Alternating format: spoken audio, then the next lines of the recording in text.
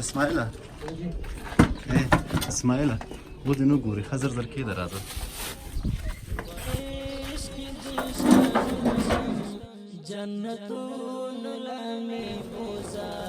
ټک ټک ووه او راځه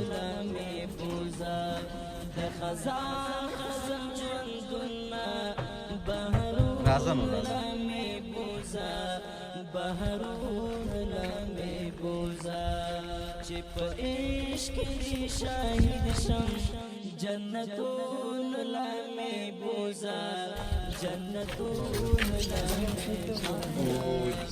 خزان خزان ژوندونه بهرون لمې بوزا بهرون څه دی دا غوړي دي او دا بوره ده او روب دی شات دی پاک ځای کې دي پرحفظه ده خرما ده اچار دی ملایي ده او دا لوبیا دی او وړه دی دا جمال صاحب هغه کورنۍ وه چې تېره ورځ فیسبوک باندې د یو ملګري لیکنه کړې وه چې دغه کورنۍ شوتلې باندې کړې وي او پلار یې وتې وړو پسې د باندې ګرځېدلې او نو ورته چاوړه ورکړې وه هېڅ شی هم نه نو بیا راغلی و دیوال ته یې تکیه والې وه بچی نه ورته ویل چې ډوډۍ دې راوړه ویل نه نو د هغه کورنۍ ده او همسایګان دي د کوټ نه دي ټک ټک ورته ووایه اسماعیل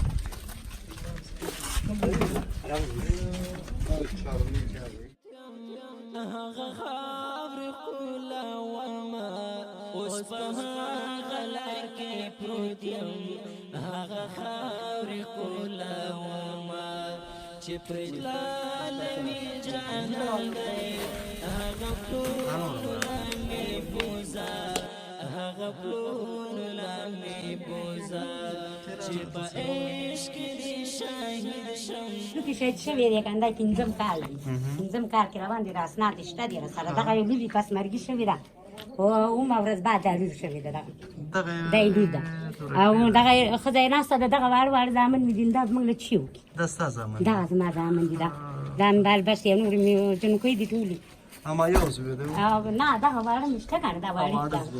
نه د ګټه وټه په د نه د ګټې شته خدای شته او دغه شته دی او دغه روژه مې نیولې ده او دغه روژه ته د خپل جګه کا ورکه دغه روژه دې زموږ د کافرو شي چې نن پنځمه ورځ ده چې موږ کاره وړه نشته او څښیا نشته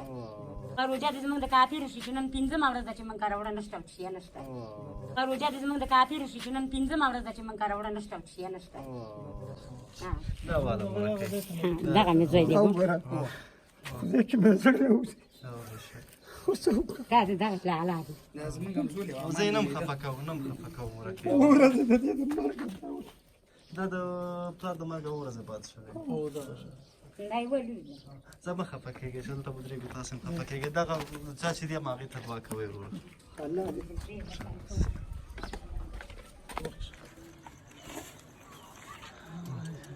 راوړئ ورته سامان راوړئ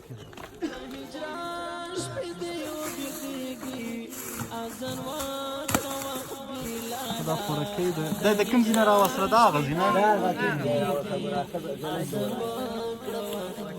هغه ځای نه راغله موږ دلته راغلو دغې کور سره خوراکي توکو مرسته کوله بیا دا خبره شوې وه